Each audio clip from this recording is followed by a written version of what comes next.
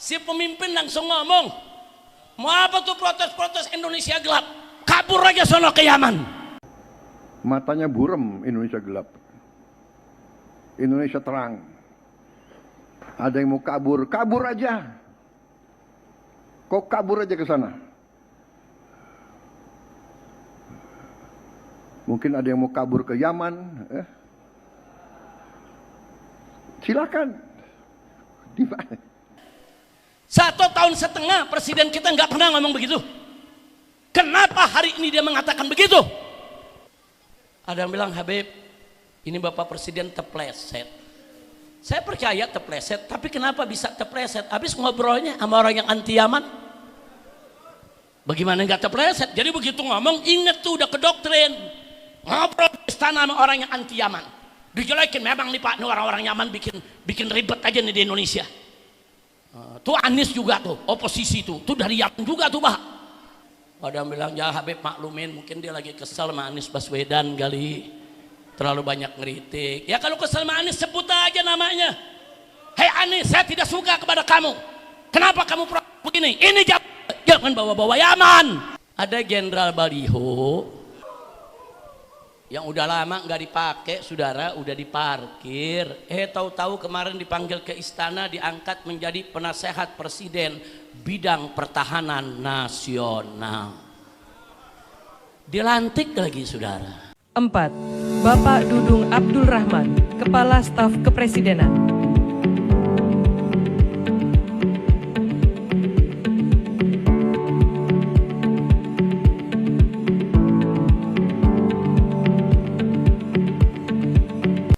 Ini orang bermasalah dalam KM 50, dalam urusan adu domba anak bangsa, dalam urusan menghina para habaib.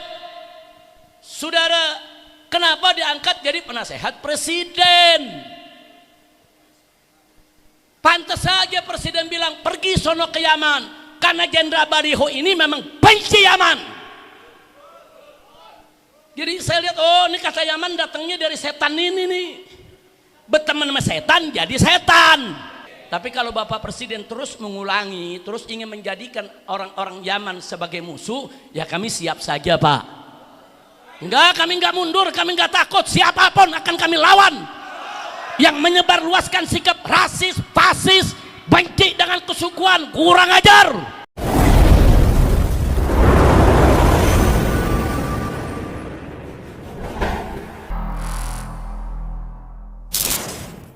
Assalamualaikum warahmatullahi wabarakatuh.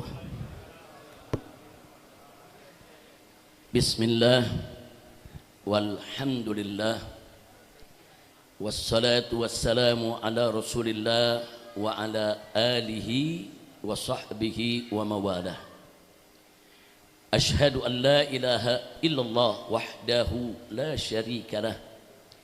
وأشهد أن سيدنا محمدا عبده ورسوله لا نبي بعده.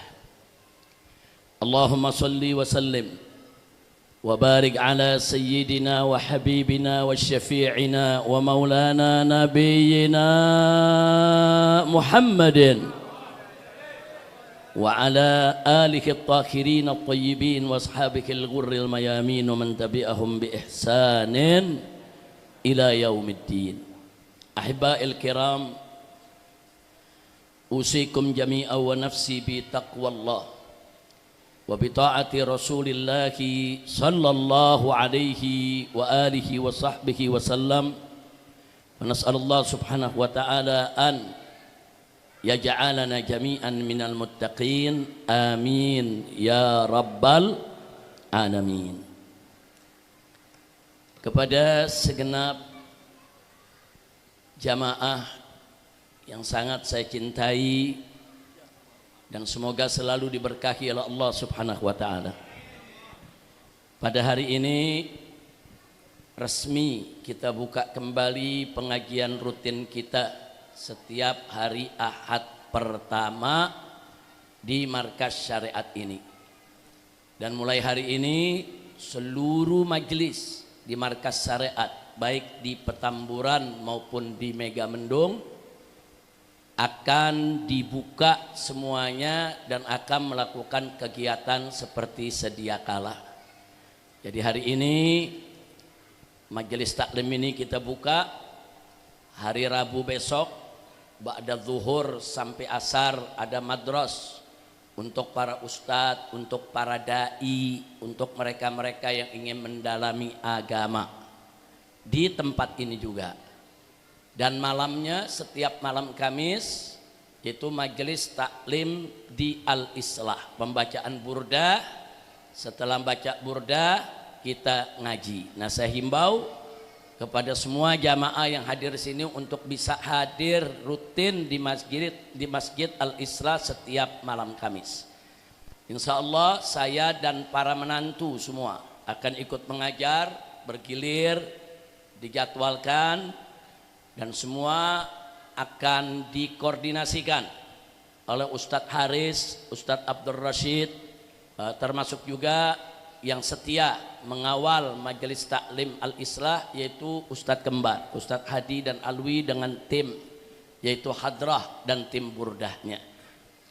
Dan secara istimewa khusus kepada segenap pengurus DPP FPI dan DPD FPI DKI Jakarta wajib mengikuti pengajian bulanan di Petamburan setiap Ahad pertama dan wajib untuk mengikuti pengajian setiap malam Kamis di Masjid Jami Al-Islah. Apalagi dalam kondisi saat ini, kondisi tidak menentu, aroma adu domba setiap saat selalu ada, maka kita harus memperkuat silaturahim, memperkuat majelis kita, memperkuat pengajian kita, agar kita selalu waspada dan selalu memonitor melalui majelis-majelis kita segala perkembangan yang terjadi di negeri kita. Insya Allah. Maka itu saya ingatkan semua sekali lagi, jangan ditinggal majelis-majelis tersebut. Hari ini alhamdulillah kita lihat para habaib, para ustadz, para kiai hadir bersama kita di tempat ini. Ada Kiai Haji Ahmad Sobri selaku ketua umum daripada Persada 212. Persada itu adalah persaudaraan alumni 212, yaitu dikomandoi langsung oleh Kiai Haji Ahmad Sobri Lubis.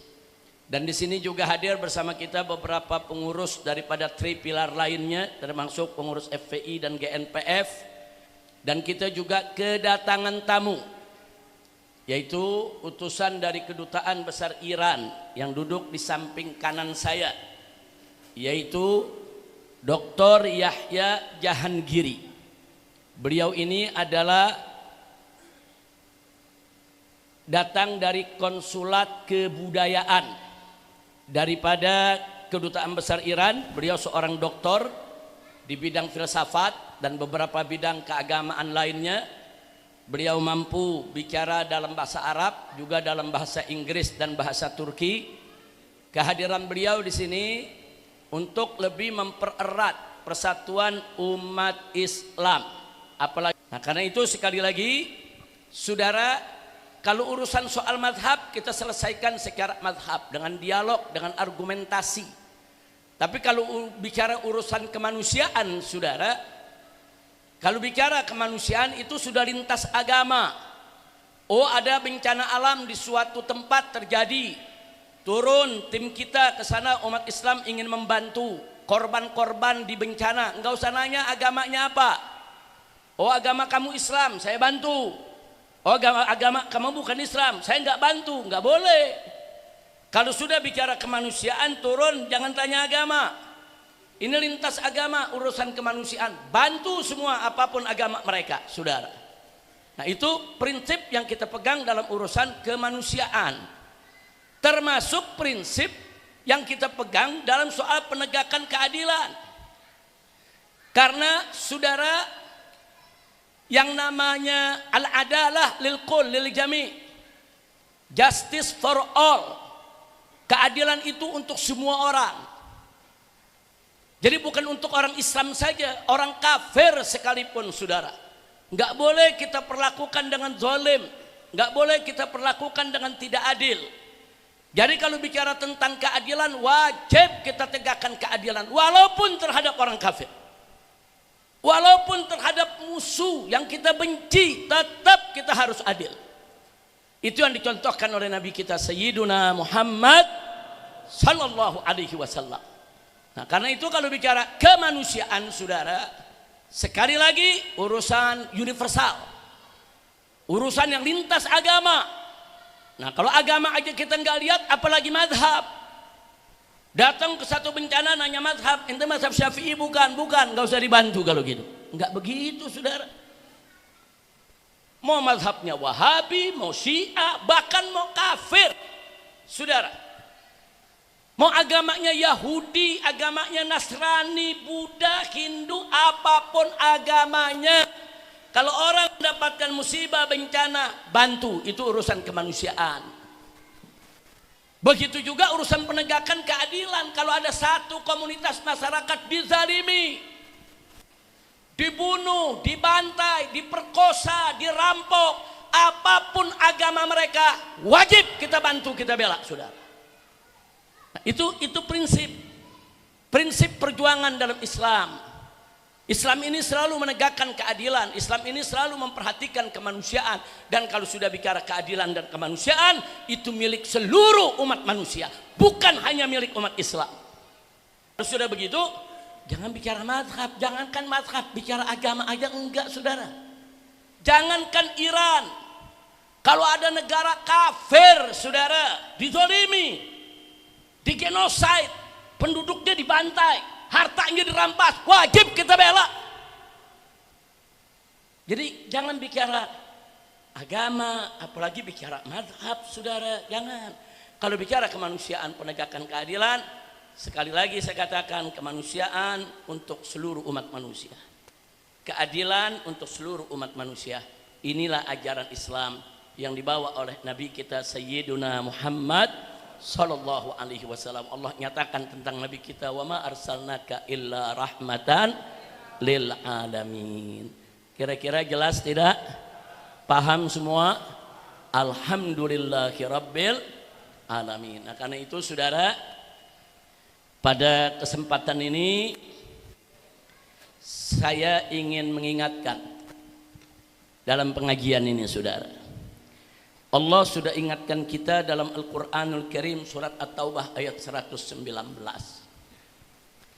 Wallahu subhanahu wa ta'ala qala, ya ayyuhalladzina amanu taqullaha wa kunu ma'as sadiqin.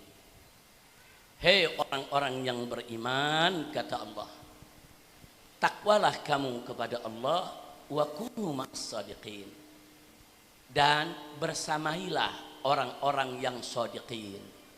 Orang-orang yang shodiqin, orang-orang yang jujur, orang-orang yang lurus, orang-orang yang benar, orang-orang yang baik. Ini perintah Allah. Hei orang-orang yang beriman, takwa kamu sekalian kepada Allah, dan sertailah, bersamailah orang-orang yang baik. Jadi Allah yang memerintahkan kita, saudara, untuk selalu bersama orang yang baik. Nah, karenanya mari kita lihat dalam sejumlah, saudara, yaitu daripada ajaran Islam ini, saudara. Kalau Allah nyatakan kita untuk selalu bersama orang yang baik, termasuk kalau berguru, bergurulah kepada orang yang baik. Kalau mau pilih istri, pilihlah istri yang baik. Kalau mau pilih sahabat, pilihlah sahabat yang baik. Kalau mau pilih pemimpin, pilihlah pemimpin yang baik. Sang pemimpin kalau mau pilih wakil-wakilnya atau menteri-menterinya, pilihlah menteri yang baik. Ini ajaran Islam, saudara. Nah, mari kita lihat bagaimana Imam Malik rahimahullah wa radhiyallahu ta'ala anhu pernah mengatakan, berpesan kepada kita, saudara, kepada murid-muridnya. Beliau mengatakan, la ta'khudul ilma an arba'atin. Jangan sekali-kali kamu menuntut ilmu, mengambil ilmu dari 4 golongan manusia. Jangan, kata Imam Malik. Dari siapa itu 4 golongan manusia? Jangan ambil ilmu dari mereka. Yang pertama, ansafihin mu'linun bisafahi. Orang yang bodoh yang terang-terangan dengan kebodohannya. Jadi kalau udah kita lihat ini orang gak punya ilmu, gak ada akhlak, bodohnya terang benderang, jangan ngambil ilmu dari dia. Zaman sekarang kan banyak orang ngaku guru, ngaku wali, perbuatannya aneh-aneh. Ada yang katanya bisa ngomong sama semut, bisa manggil malaikat, bisa kontak-kontakan sama malaikat maut, mesen tanggal kematian kapan. Ini orang gila. Jangan ngambil ilmu seperti orang semacam ini, safih. Orang yang bodoh dan dia terang benderang mempertontonkan kebodohannya. Yang kedua kata Imam Malik, saudara, wala an sahibi hawa yad'u ilaih. Jangan sekali-kali kamu mengambil ilmu dari orang yang suka mengikuti hawa nafsunya dan mengajak kepada hawa nafsu. Walaupun dia orang pintar, walaupun ilmunya segudang, walaupun gelarnya sederet, profesor, doktor, saudara, nggak peduli. Kalau dia sudah mengajak kita kepada hawa nafsu, ngajak kita kepada kemaksiatan, ngajak kita kepada perpecahan, ngajak kita kepada kemunkaran, saudara, jangan ngambil ilmu kepada orang itu. Walaupun katanya ulama besar, wali, tapi kalau dia sahibi hawa, saudara, dia mengajak kepada hawa nafsu, jangan ngambil ilmu dari dia. Apalagi ngikutin, ngambil ilmunya jangan.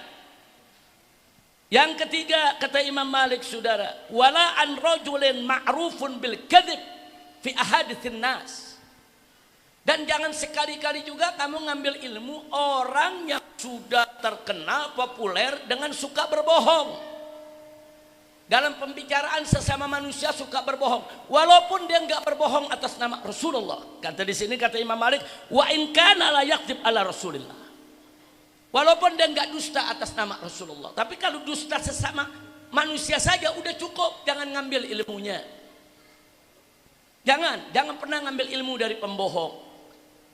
Kemudian yang berikutnya, wala an rajulin lahu fadlun wa salahin la ya'rifu ma yuhadditsu bih. Jangan juga mengambil ilmu dari seseorang yang kelihatannya dia punya kedudukan, punya keistimewaan, punya kelebihan, tapi dia nggak paham apa yang dia omongin. Ngomongnya ngalur ngidul, ngomongnya suka udah di luar pemahaman kita, saudara. Nggak jelas arahnya, sudah. Nah, jadi orang-orang semacam ini jangan ngambil ilmu dari mereka, jangan didengerin, jangan dideketin. Nah, makanya kenapa Imam Malik berpesan semacam ini? Ini sebagai pengamalan ayat tadi, Allah yang perintahkan wa kunu ma'as shadiqin.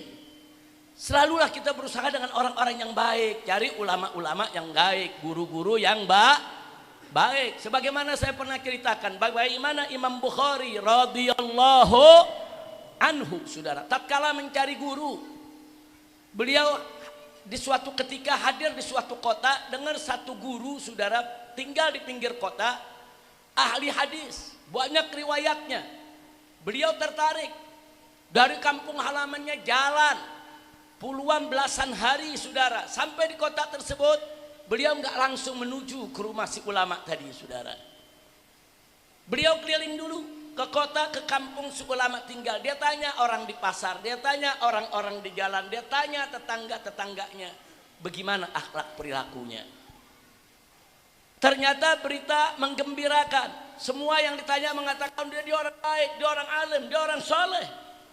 Senang hati Imam Bukhari, nggak sia-sia melakukan perjalanan jauh.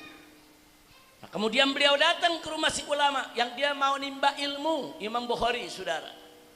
Begitu sampai di pintu halamannya, beliau lihat dari kejauhan di samping rumah orang tersebut ada kandang unta milik si ulama tadi, saudara. Kebetulan si ulama tadi lagi ngasih makan unta. Senang Imam Bukhari datang ke rumah, ada sang ulama yang penyayang kepada binatang, ngasih makan unta, saudara. Kemudian Imam Bukhari sebelum memberikan salam diperhatikan dulu orang tersebut dari jauh ngasih makan unta. Orang tersebut ngasih makan onta, ini makanan saudara, rumput dikasih. Begitu onta mau makan, ditarik. Disodorin lagi.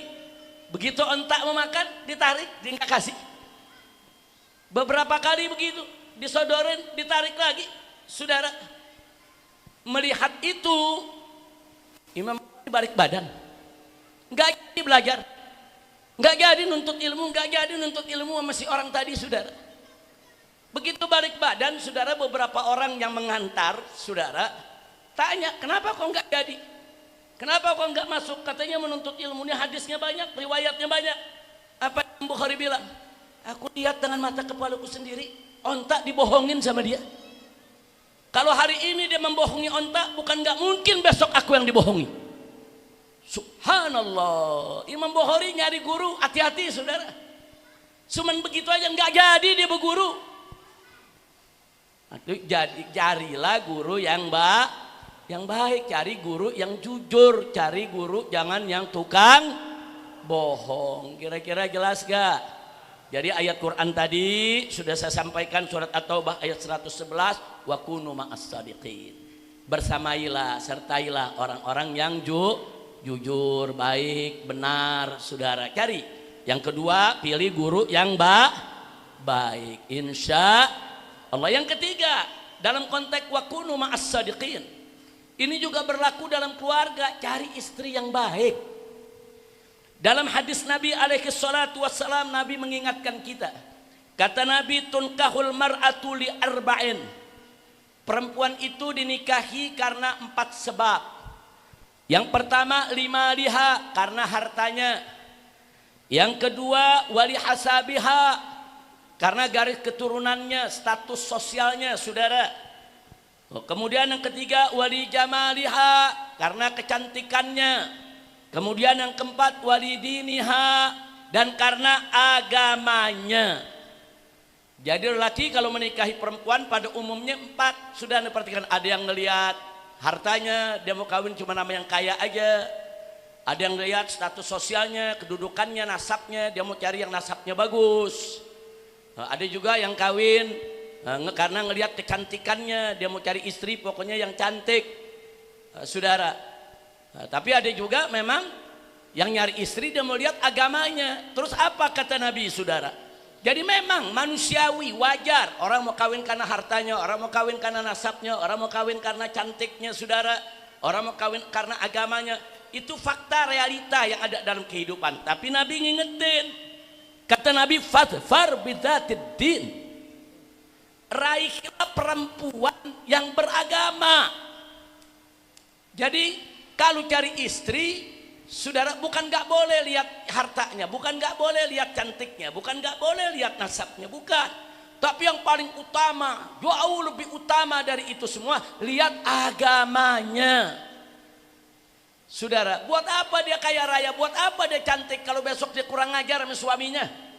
Kalau dia nggak bisa jaga kehormatan suaminya, kalau dia merendahkan suaminya. Saudara, kita berumah tangga perlu istri yang baik. Nah, jadi sekali lagi, wa kunu ma'as shadiqin.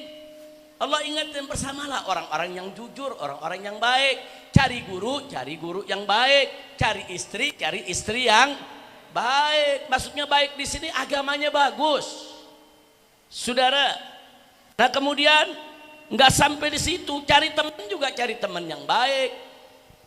Kenapa cari teman yang baik? Nabi menyampaikan, saudara, dalam hadis yang diriwayatkan oleh Imam Abu Daud dan Imam Tirmizi. Apa kata Nabi? Al-mar'u ala dini khalilih, falyanzur ahadukum man yukhalil. Seseorang itu tergantung temannya. Maka itu setiap orang wajib memperhatikan siapa orang yang dijadikan kawan sama dia. Hati-hati saudara, teman itu punya pengaruh kuat. Kalau kita berteman dengan pembohong, besok kita jadi tukang bohong juga. Kalau kita bergaul dengan yang suka ahli maksiat, besok kita bisa diseret ikut maksiat juga. Kalau kita berteman dengan pengkhianat, nanti akhirnya kita diajak untuk juga berbuat khianat. Saudara, makanya Nabi kasih tahu almar'u ala dini khalilih, hati-hati pilih teman, karena teman itu punya pengaruh kuat. Kalau kita punya teman baik, dia akan ajak kita kepada kebaikan. Punya teman suka ngaji, kita diajak ngaji. Punya teman suka berjuang, kita diajak berjuang. Punya teman suka sedekah, kita diajak sedekah. Punya teman suka salat malam, suka puasa, kita diajak. Cari teman yang baik. Nah, jadi itu ayat tadi luar biasa. Wa kunu ma'as shadiqin, berlaku untuk cari guru yang baik, cari istri yang baik, cari teman yang baik. Sudah termasuk yang kelima, pilih pemimpin yang baik. Pilih pemimpin saudara yang baik. Lihat akhlaknya, lihat agamanya saudara. Jangan pilih pemimpin saudara orang yang tidak baik. Nanti kalau kita pilih pemimpin tidak baik, kita yang susah. Dia akan menyusahkan rakyat. Dia akan menghancurkan bangsa dan negara. Cari pemimpin yang baik, pemimpin yang gak suka bohong, pemimpin yang tidak korup, saudara, pemimpin yang tidak anti kritik, saudara, pemimpin yang mau memperhatikan rakyatnya di bawah, pemimpin yang pro kepada keumatan, bukan pro kepada oligarki, pemimpin yang betul-betul punya wawasan internasional sehingga mau memperhatikan nasib umat Islam dimanapun berada. Bahkan bukan nasib umat Islam saja, umat manusia dimanapun dia perhatikan, jangan sampai dizalimi. Nah, pemimpin semacam ini bukan sekedar pintar. Buat apa punya pemimpin pintar tapi jahat? Buat apa punya pemimpin pintar saudara tapi tidak adil? Buat apa punya pemimpin pintar tapi penakut? Cari pemimpin yang baik saudara. Nah, jadi kalau dikatakan wa kunu ma'as shadiqin, amalkan. Ini perintah Allah. Jadi pada saat memilih presiden, memilih anggota dewan, baik di DPR RI pusat maupun DPRD, pilih yang baik. Jangan milih karena dibayar 50.000, milih karena dikasih 100.000. Jangan saudara, nanti begitu dia jadi pemimpin karena hasilnya dari kecurangan dan hasilnya dari beli suara, dia nggak bakal mikirin rakyat. Cari yang baik saudara, cari yang baik. Ini pelajaran buat kita ke depan, cari pemimpin yang baik, itu perintah Allah. Jadi kalau kita bicara wa kunu ma'as shadiqin, saudara, cari guru yang baik, cari istri yang baik, cari teman yang baik, cari juga pemimpin yang baik. Dan untuk pemimpin juga saudara dinasehati oleh Nabi. Untuk pemimpin apa? Para pemimpin itu wajib mengangkat menteri-menteri yang baik. Jangan angkat menteri yang korup, menteri yang terlibat pelanggaran HAM, menteri yang jahat, menteri yang suka pecah belah. Saudara, nggak boleh, haram. Makanya Nabi katakan saudara dalam hadis sahih diriwayatkan oleh Abu Daud yang bersumber dari Sayyidatuna Aisyah radhiyallahu taala anha. Apa kata Nabi alaihi salatu wassalam? Sayyiduna Muhammad sallallahu alaihi wa alihi wasallam, Nabi mengatakan idza aradallahu bil amiri khairan, jika Allah menghendaki kebaikan bagi seorang pemimpin, ja'ala lahu wazira sidqin, niscaya Allah akan jadikan bagi si pemimpin tadi menteri yang baik, menteri yang jujur.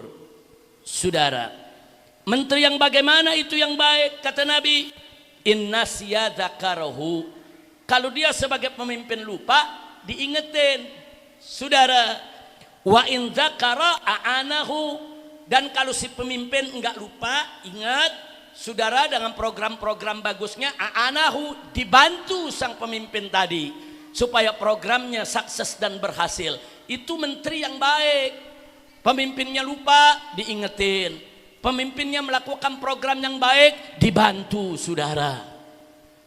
Dan sebaliknya kata Nabi, saudara, wa idza arada bi ghairi dzalik, tapi kalau Allah menghendaki seorang pemimpin kebalikan dari tadi, enggak menghendaki kebaikan buat si pemimpin, ja'ala lahu wazira su'in, Allah akan jadikan bagi dia menteri yang jelek, menteri yang buruk, menteri yang busuk, menteri yang jahat.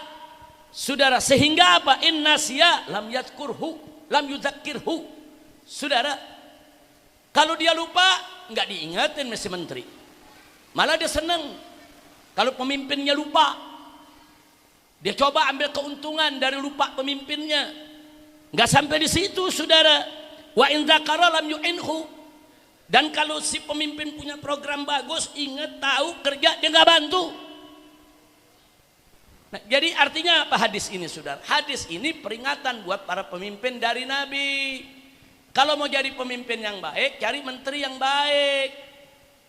Saudara, niscaya Allah subhanahu wa ta'ala akan memenangkan pemimpin-pemimpin yang baik. Nah, ini penting kita sampaikan. Jadi wakunu ma'as shadiqin itu berlaku untuk semua umat Islam, mau laki, mau perempuan, apapun profesinya. Mau pejabat, mau rakyat, mau ulama, mau santri, saudara. Termasuk presiden, menteri, gubernur, wajib ikuti perintah Allah. Wakunu ma'as shadiqin. Oh, kalau punya teman, punya menteri nggak bagus, saudara, efeknya juga jelek. Saya bisa buktikan. Dulu ada menteri segala urusan. Dulu. Kalau mahasiswa lagi protes, demo, apa dia bilang? Yang protes-protes keluar dari Indonesia. Selalu begitu. Sudah, selalu begitu. Alhamdulillah 1 tahun setengah mimpin, presiden yang baru ini nggak pernah mengucapkan itu. Alhamdulillah. Minggu kemarin dia ketemu tuh sama menteri segala urusan zaman dulu, ngobrol semeja, minta nasihat. Habis dapat nasihat, si pemimpin langsung ngomong, mau apa tuh protes-protes Indonesia gelap, kabur aja sono ke Yaman. Gara-gara apa tuh? Punya teman jelek, saudara. 1 tahun setengah presiden kita nggak pernah ngomong begitu. Kenapa hari ini dia mengatakan begitu? Ngobrolnya sama provokator, minta nasihatnya sama orang jelek. Dulu kan yang bicara begitu bukan presiden, ada menteri segala urusan, tahu kan? Tahu kan? Dipanggil lagi, ditemuin, diajak ngobrol, ada apa? Nular, saudara. Minta nasihat dari orang bejat akan dapat nasihat yang bejat. Maka itu saya tanya, apa kata Nabi tadi, saudara? Berpengaruh gak kawan? Berpengaruh gak menteri? Berpengaruh. 1,5 tahun presiden kita nggak pernah ngomong begitu. Nggak pernah. Kemarin tahu ngomong, yang bilang Indonesia buram tuh siapa tuh? Indonesia ini terang. Kalau nggak suka Indonesia buram, sono kabur, sono kabur. Nah, kalau yang dulu ngomongnya kabur keluar Indonesia, ini malah nambah, kabur ke Yaman. Tahu dosa Yaman apa sama dia? Pakai nyebut-nyebut Yaman, ada apa? Nah, saya lihat ini, makanya saudara, pengaruh temen tuh bahaya. Bapak Presiden kalau cari menteri yang bagus, penasehat yang bagus, nanti Bapak Presiden juga bicaranya akan bagus, insya Allah. Tapi kalau Bapak Presiden ngobrolnya sama menteri segala urusan di rezim yang lalu, saudara, yang banyak ngebohong, yang keras, kasar, arogan, suka ngusir-ngusir orang, ya begini akibatnya, ketularan.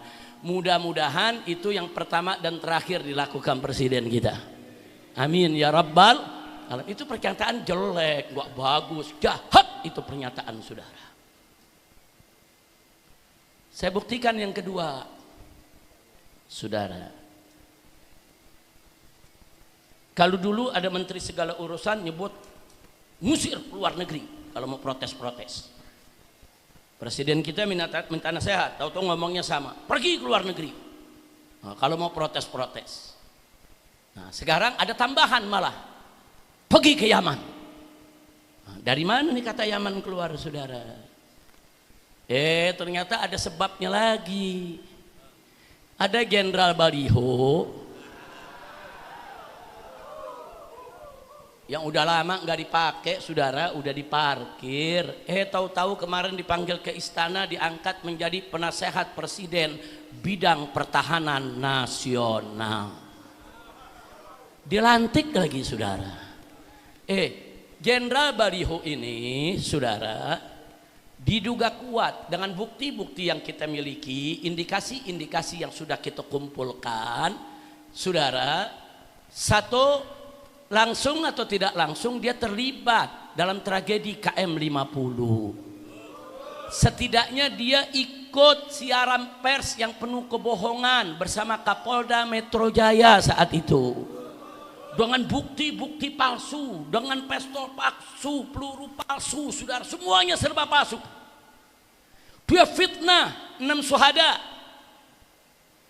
Orang ini ikut dalam wawancara, bahkan ikut pegang pedangnya, saudara, untuk menunjukkan betapa jahatnya ini laskar. Syuhada pakai senjata mau nyerang polisi, bohong. Orang ini terlibat. Yang kedua, kita juga sudah punya bukti-bukti, indikasi-indikasi kuat kalau orang ini juga terlibat, saudara. Entah itu membina, entah itu membiayai, entah itu mendukung, saudara, dalam gerakan begal nasab. Orang-orang yang terlibat di begal nasab, saudara, seperti laskar-laskar setan. Karena caranya didatangi sama orang ini, diberikan pembinaan, diberikan dukungan. Ini orang bermasalah dalam KM50, dalam urusan adu domba anak bangsa, dalam urusan menghina para habaib. Saudara, kenapa diangkat jadi penasehat presiden? Pantas saja presiden bilang pergi sono ke Yaman, karena Jenderal Baliho ini memang benci Yaman. Jadi saya lihat, oh ini kata Yaman datangnya dari setan ini nih. Berteman sama setan jadi setan. Kira-kira jelas gak? Mudah-mudahan ini yang pertama dan terakhir buat Bapak Presiden. Kita doain biar Bapak Presiden dapat taufik dan hidayah. Tapi kalau Bapak Presiden terus mengulangi, terus ingin menjadikan orang-orang Yaman sebagai musuh, ya kami siap saja, Pak. Enggak, kami enggak mundur, kami enggak takut. Siapapun akan kami lawan. Yang menyebarluaskan sikap rasis, fasis, benci dengan kesukuan, kurang ajar. Yaman itu bukan musuh bangsa Indonesia. Wali Songo itu, saudara, dari klan Ba'alwi, ulama Yaman, kakek moyangnya dari Yaman, yang mengislamkan Indonesia, saudara. Habaib, saudara, yang datang mengislamkan Palembang, yang datang mengislamkan Kalimantan, mengislamkan Sulawesi, mengislamkan Maluku, mengislamkan Irian. Habaib yang datang dari Yaman. Mestinya kau bersyukur, berterima kasih, bangga kepada keturunan Yaman di negeri ini, saudara. Pakai dihina, mau kabur sono ke Yaman. Kayak jelek betul itu Yaman buat pembuangan, saudara. Apa? Ada yang bilang, Habib, ini Bapak Presiden terpleset. Saya percaya terpleset, tapi kenapa bisa terpleset? Habis ngobrolnya sama orang yang anti Yaman. Bagaimana nggak terpleset? Jadi begitu ngomong, inget tuh udah kedoktrin. Ngobrol di istana sama orang yang anti Yaman, dijelekin, memang nih Pak, nih orang-orang Yaman bikin ribet aja nih di Indonesia. Tuh Anies juga tuh, oposisi tuh dari Yaman juga tuh, Pak. Itu lagi tuh Habib Rizik yang suka protes, tuh dari Yaman juga. Emang nih Yaman kebak nih semuanya, Pak. Ingat, jadi lagi ngomongnya bagus, bicara program, saudara. Tahu-tahu dimasukin urusan itu, jadi rusak itu dia punya ceramah semua. Hati-hati, saudara. Susu sebelangga bisa rusak karena noda setitik. Hati-hati. Pidato Bapak Presiden dari awal bagus, sudah. Saya ikutin, bagus isinya. Bicara bagus, bicara soal bagaimana kerja beliau selama ini, saudara. Beliau ingin meyakinkan masyarakat kalau beliau itu kerja. Ujung-ujungnya, kalau yang bilang Indonesia gelap, kabur saja sono ke Yaman. Ada apa dengan Yaman? Jangan, Yaman itu kan negara sahabat. Saat ini, saudara, lebih dari 7.000 anak Indonesia belajar di Yaman. Sekolah di Yaman, tersebar di universitas-universitas di Yaman. Saudara, jangan. Kalaupun di Indonesia ada segelintir orang Yaman, keturunan Yaman yang terlibat korupsi, itu kan segelintir. Ada kok suku lain yang korupsinya nggak tanggung-tanggung. Kenapa nggak disebut? Kenapa nggak diusir ke negerinya? Kok jadi yang dimusuhi Yaman siapa ini pembisiknya? Makanya saudara, saya udah minta saudara kepada FPI maupun ormas-ormas Islam yang lain protes. Jangan diam, protes. Kalau orang-orang bermasalah diangkat oleh presiden, sampaikan protes, sampaikan kalau kita tidak menerima, sampaikan kepada presiden, dan presiden wajib dengar apa yang menjadi isi hati masyarakat, apa yang menjadi tuntutan masyarakat. Jangan kalau dikritik marah, jangan kalau dikritik jawab dengan karya, dikritik jawab dengan kerja, dikritik jawab dengan kebijakan yang bagus. Itu pemimpin. Bukan dikritik, jawab dengan kritik yang lebih pedas. Enggak begitu pemimpin, saudara. Kira-kira jelas tidak? Jelas tidak? Ada yang bilang, ya Habib maklumin, mungkin dia lagi kesal sama Anies Baswedan kali. Terlalu banyak ngeritik. Ya kalau kesal sama Anies, sebut aja namanya. Hei Anies, saya tidak suka kepada kamu. Kenapa kamu begini? Ini jangan bawa-bawa Yaman. Betul? Betul. Jadi saya mau tanya, yang begini biarkan saudara atau jawab? Atau protes? Atau luruskan? Saya mau tanya, menteri segala urusan di zaman rezim Jokowi, kalau sekarang disingkirkan, setuju tidak? Jenderal Baliho yang terlibat KM 50, saudara, langsung ataupun tidak langsung, dan terlibat dalam operasi begal nasab, mengadu domba habaib dengan kiai diadu domba, habaib diadu domba, umat Islam dipecah belah, laskar setan dibentuk, dibina, dibiayai, suruh maju untuk menjadi algojo, membubarkan pengajian-pengajian. Kenapa yang begini diangkat jadi penasehat? Wajib dipecat dan disingkirkan. Betul? Takbir. Makanya saya minta semua nih mujahid medsos, saudara semuanya, begitu juga Muslim Army, saudara, yaitu kita minta saudara mujahid medsos kita semua bergerak. Jadi kalau yang udah punya salah begitu, bongkar kesalahannya, tunjukkan, minta kepada presiden, berhentikan. Kita sudah sering berikan nasihat, hati-hati, sering. Jadi pemimpin tuh mesti dengar nasihat. Soal nasihat diterima enggak diterima, ada pertimbangan lain, itu terserah. Tapi jangan dinasehati marah, dikritik marah, dikritik bawa-bawa suku orang, enggak boleh saudara. Kira-kira jelas tidak?